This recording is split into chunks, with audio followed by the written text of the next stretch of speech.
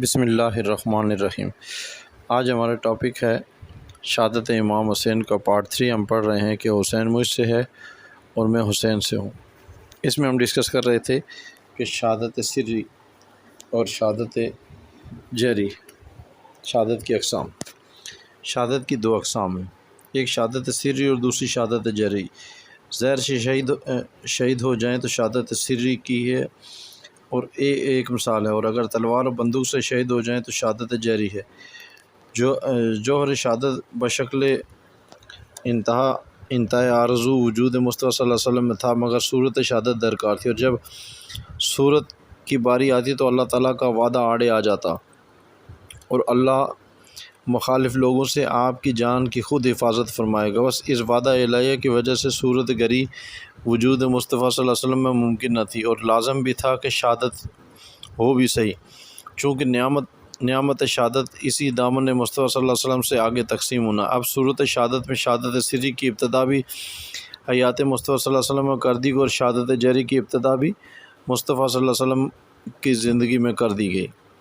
شہادت سری کی ابتدا۔ غزوہ خیبر میں ایک یہودی زینب بنت الحارث زہر میں بنا ہوا گوشت لا کر آقا صلی اللہ علیہ وسلم کی بارگاہ میں پیش کرتی ہے۔ آپ صلی اللہ علیہ وسلم کے ساتھ حضرت بشیر بن برا رضی اللہ بھی ہیں، دونوں نے اس گوشت سے کچھ کھا لیا تو پھر گوشت سے آواز آئی، آقا صلی اللہ علیہ وسلم میں زہر آلود ہوں، مزید نہ کھائیں۔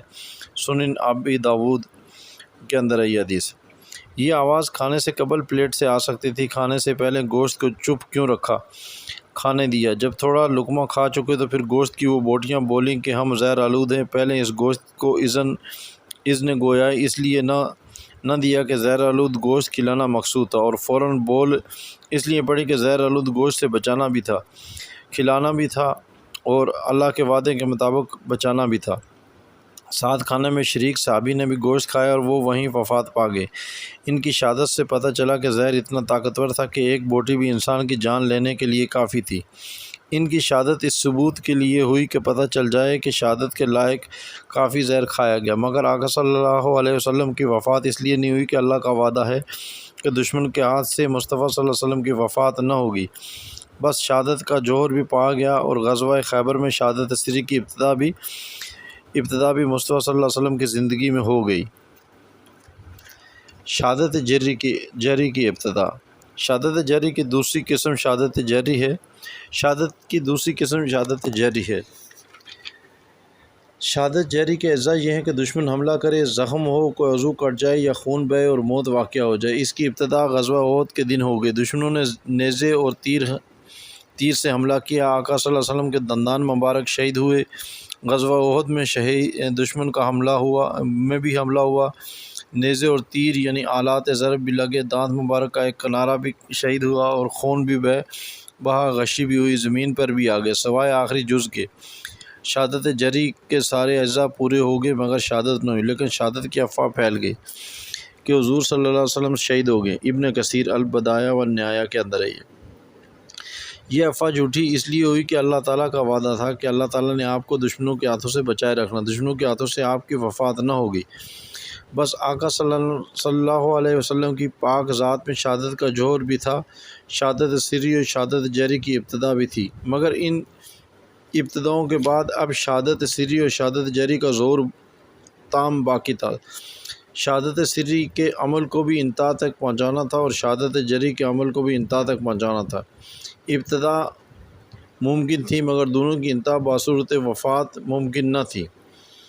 نعمت شہادت کا ظہور اور حسنین کریمین۔ نبی کریم صلی اللہ علیہ وسلم کو شہادت سے سرفراز کرنے کے لیے ضروری تھا کہ شہادت سری اور شہادت جہری کی تکمیل و انتہا اور ظہور تام کے لیے دو الگ وجود تلاش کیے جائیں، تاکہ اللہ کا وعدہ الہیہ بھی پورا ہو جائے اور نعمت شہادت بھی میسر آ جائے۔ دو وجود کار تھے، اور چونکہ باب شہادت مصطفیٰ صلی اللہ علیہ وسلم کا تھا، اس لیے لازم تھا کہ دو ایسے وجود جو اپنے ہوں، غیر نہ ہوں۔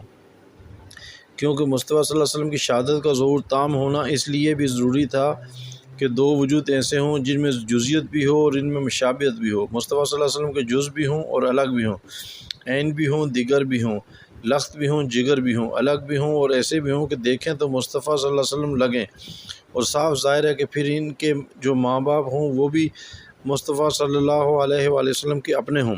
ان میں بھی جزیت ہو، ان میں بھی مشابہت ہو، ان میں بھی اپنائیت ہو، ان میں بھی مظہریت ہو۔ شہادت مصطفیٰ صلی اللہ علیہ وسلم کے ظہور تام کے لیے دونوں جہتوں کے لیے وجود تلاش کیے گئے۔ حضور صلی اللہ علیہ وسلم کو خبر ملی کہ بیٹی فاطمہ کے گھر شہزادہ ہوا۔ ان کے گھر پہنچے حضرت مولا علی مرتضیٰ شیر خدا سے پوچھا کہ علی کیا نام رکھا؟ آپ نے اپنے ذوق طبع کے مطابق عرض کیا، یا رسول اللہ صلی اللہ علیہ وآلہ وسلم میں نے حرب رکھا۔ فرمایا لا بل حسن، نہیں اس کا نام حسن رضی اللہ ہوگا۔ پھر خبر ہوئی دوسرا شہزادہ ہوا، پہنچے اور جا کر پوچھا علی کیا نام رکھا؟ عرض کیا آقا صلی اللہ علیہ وسلم حرب نام رکھا۔ فرمایا لا بل حسین علیہ السلام، نہیں حسین ہوگا۔ امام احمد بن حنبل کی حدیث ہے یہ دونوں شہزادے حضور صلی اللہ علیہ وسلم سے ظاہر و باطن میں مشابہت رکھتے تھے۔ حسین مجھ سے ہو اور میں حسین سے ہوں۔ شہادت حسین کی شہرت، بس جزیت بھی عطا کی، مظہریت بھی عطا کی اور دو شہزادے بنائے، ایک کو شہادت سری کے لیے منتخب کیا اور دوسرے کو شہادت جہری کے لیے منتخب کیا۔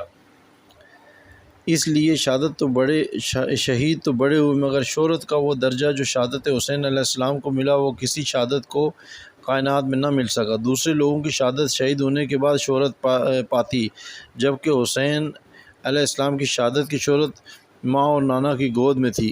ایک دن آقا صلی اللہ علیہ وسلم اپنے شہزادے حضرت ابراہیم اور سیدنا امام حسین دونوں کو گود میں لیے بیٹھے تھے کہ جبرائیل امین آئے اور عرض کیا یا رسول اللہ صلی اللہ علیہ وآلہ وسلم، اللہ نے آپ صلی اللہ علیہ وسلم کی طرف سلام بھیجا اور فرمایا کہ محبوب صلی اللہ علیہ وسلم ان دونوں میں سے ایک رکھ لیں اور ایک دے دیں، ایک کو دوسرے سے فدیہ کر لیں۔ حدیث پاک میں ہے کہ آقا صلی اللہ علیہ وسلم نے ایک نگاہ حضرت ابراہیم کو دیکھا، ایک نگاہ شہزادہ حسین علیہ السلام کو دیکھا، چشمان مقدس سے آنسو رواں ہو گئے۔ جبرائیل امین کو تکتے ہیں اور فرماتے ہیں کہ جبرائیل اگر ابراہیم کو دیتا ہوں تو صرف میں رہوں گا، اور اگر حسین کو دیتا ہوں تو میرے ساتھ فاطمہ بھی روئے گی۔ اپنا رونا تو برداشت کر لوں گا مگر فاطمہ کا رونا برداشت نہیں ہوگا۔ فرمایا ابراہیم کو دیتا ہوں۔ آپ صلی اللہ علیہ وسلم نے حضرت ابراہیم کو فدیہ کیا اور تیسرے دن آپ رضی اللہ کی وفات ہو گئی۔ یا رسول اللہ صلی اللہ علیہ وسلم، آج تو فاطمہ کے رونے کو دیکھا نہیں جاتا تو حسین کے بدلے ابراہیم دے دیا، مگر کربلا کے دن کس کس کا رونا دیکھنا ہوگا۔ آقا صلی اللہ علیہ وسلم نے حضرت ام سلمہ کو ایک مٹی دی اور فرمایا اے سلمہ رضی اللہ، جبرائیل علیہ السلام نے عرض کربلا سے یہ مٹی لا کر دی ہے اور کہا کہ جس سرزمین کربلا میں میرا بیٹا حسین شہید ہوگا یہ مٹی وہاں کی ہے۔ جس دن یہ مٹی خون سے بدل جائے تو جان لینا کہ حسین شہید ہو گئے ہیں۔